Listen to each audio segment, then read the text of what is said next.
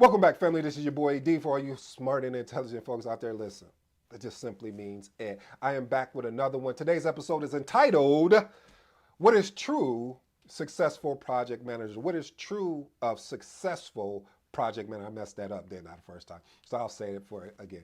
What is true of successful project managers? As you know, I have a 7-point framework. After that, we out. You know how we do. I hope it's some good information. I know it's some good information. So please, baby, please stick around. All right, before I get started, I want to say this. This is a public service announcement to all current, future, present, I guess that's the same thing, project managers, program managers, project coordinators, portfolio managers. I want to say this special announcement to you.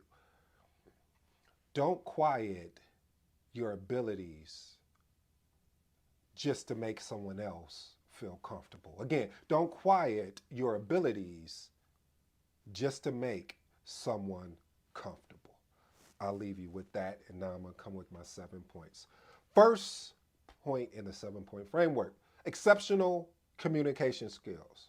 Look, you know I talk about communication so much because that, if you were to say, well, one of the tools for effective, for exceptional project manager, I would say the ability to communicate.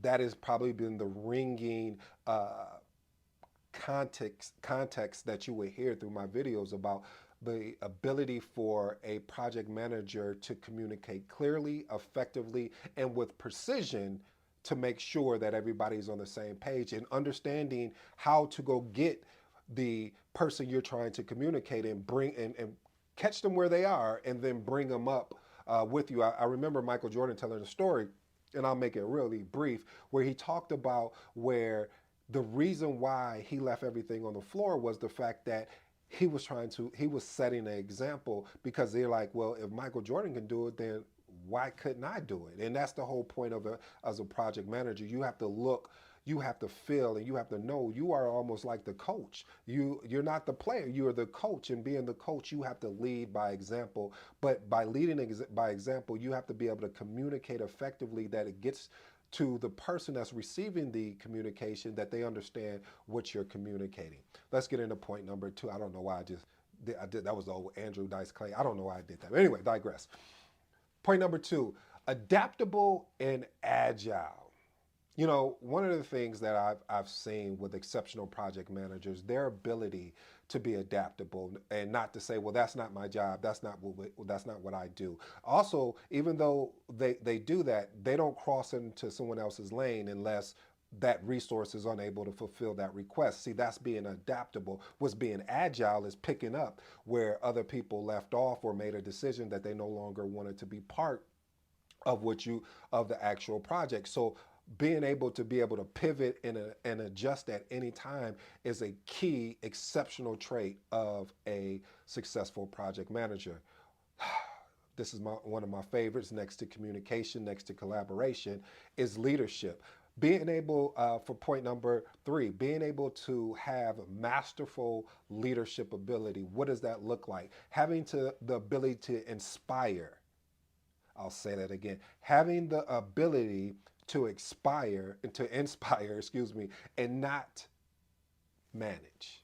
Because it's easy to manage, it's hard to lead. Because when you lead, you have to put more into it. When you lead, you have to be empowering, you have to be motivating, you have to be able to create. My second favorite term is being able to foster that collaboration in an environment. You have to be able to understand in the Bruce Tuckman model, forming, storming, those whole aspects, being able to navigate through each level effectively and leading your team and taking pressure off your team where you can, so they can do what they need to do. And let me pause there. When I'm saying taking pressure off, I mean when there's emails coming in and there's basically distractions coming in that is not allowing your resource to be able to do what they need to do to actually close out the task. So being able to step in and be a roadblock for that incoming information, that's leadership. I wish there was more leadership out here in the world of project management instead of managing. So that's why we're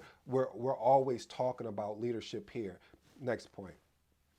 Point number four, you have to be meticulous with planning and organization. One of my strengths is my organizational skills. And reason why I say it's a strength is because after a while, when you get tired of trying to search for things all over the place and you can't find it, you're like, either you're going to keep doing the same thing over and over again, expecting to get the same results. What Einstein already told us, that was the insanity. I may be a little insane, but insane as far as, more of obsessive to be great, to be exceptional. And so the secret behind exceptional project managers is their organizational skills, being able to recall and pull documents here or pull information here so that the project plan as well as the project schedule, everything is aligned and stays on track. Point number five, expert time management. One of my favorite books that is growing on me now is by Dan Kennedy called Renegade Millionaire. Again, it's called Renegade Millionaire. Check that book out. Um, I, I would leave a link in the description for you. I might. It all depends. But reason why I love that book is about time management. Time management.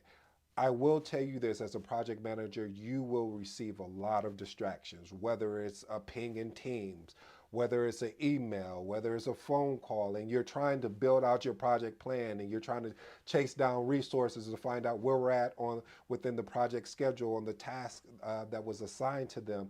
And so you have to be able to create, be able to be effective with your time management and understand to say, okay, like there's days that I'll say, okay, for the first hour or two, my goal is to make sure that the project schedule is aligned and baseline appropriately.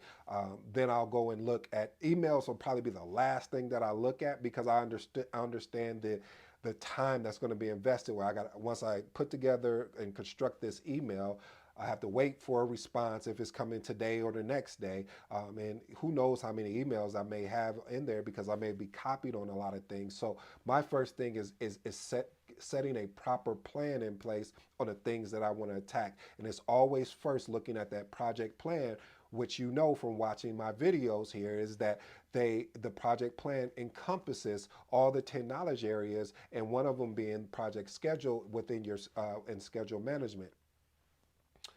One of the things too, for point number six, is the ability, or I'll just say problem solving prowess. Problem solving prowess. Say that fast.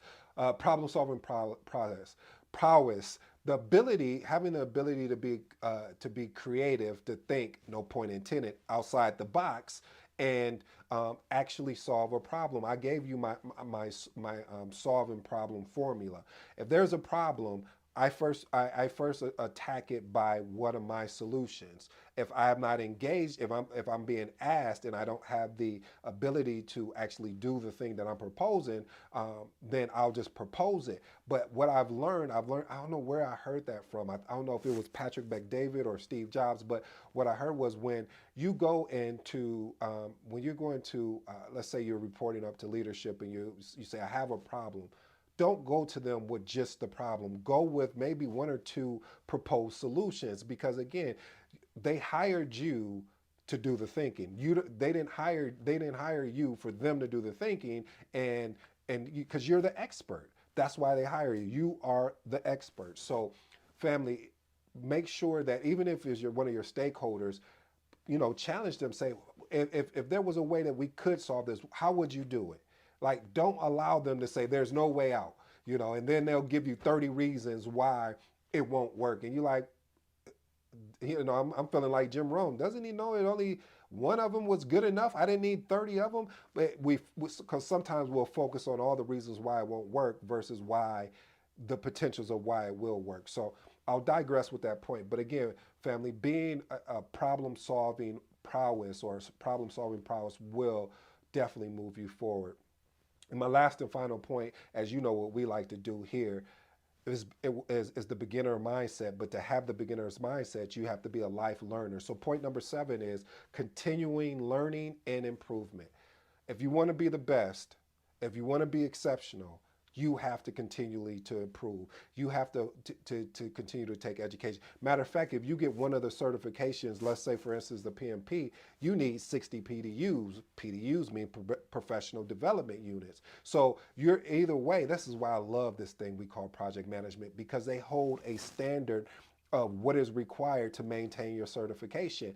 And one of them is because I'm a nerd. I'm not even gonna lie to you when it comes to project management and personal development as well. But the whole purpose of it is being able to be a life learner, to be able to adapt and to adjust, and not just to stay what worked before, because what worked before, we're in a new day and age that may not work again.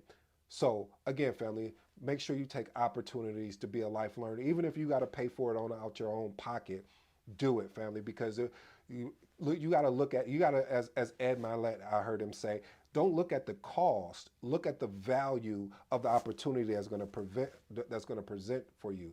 Stop paying attention to the cost. The cost is you'll go spend that money. If you went and looked over the time, you probably spent that money somewhere, that you was like, dang, I didn't really get any value out of it. But investing in yourself is the best, and I do mean the best thing you could do for yourself. So I hope you enjoyed today's episode. This has been your boy AD. Until next time, I'm out.